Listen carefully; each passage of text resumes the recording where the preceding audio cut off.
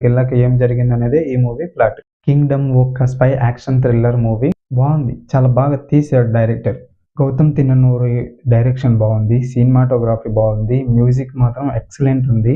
Gautam Tinnanuri story telling నచ్చింది నాకు. చెప్పాడు ఈ మూవీలో. అనుకున్న విజన్ చాలా వరకు రాబట్టగలిగాడు. బట్ ఏమైందంటే సెకండ్ హాఫ్‌కొచ్చేసరికి అతను స్టోరీని ఎటెటో తీసుకెళ్ళిపోయాడనమాట. దానివల్ల కొద్దిగా మూవీ అంటే ఒక స్టేజ్‌లో ఎంత హైప్ తీసుకెళ్ళిపోతాడంటే మన బ్లడ్ బాయిల్ అయిపోతా ఉంటది. ఉడుకుతా ఉంటది ఒక లావా లెక్క.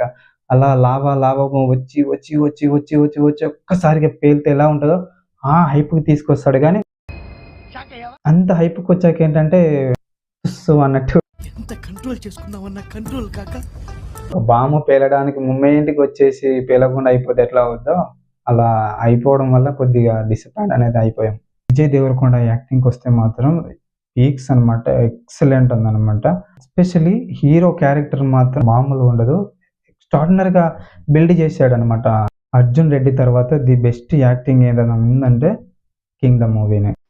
మన పని మనం సక్కగా చేస్తే దాంట్లోనే సెల్ఫ్ రెస్పెక్ట్ చాలు అంతే.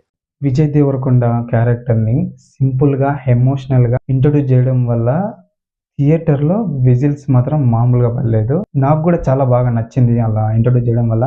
అలా ఇంట్రొడ్యూస్ చేసిన దానికి నెక్స్ట్ అతని క్యారెక్టర్ బిల్డ్ అవుతున్న కొద్దీ హైపు చాలా గట్టిగొచ్చింది. చాలా స్ట్రాంగుంది.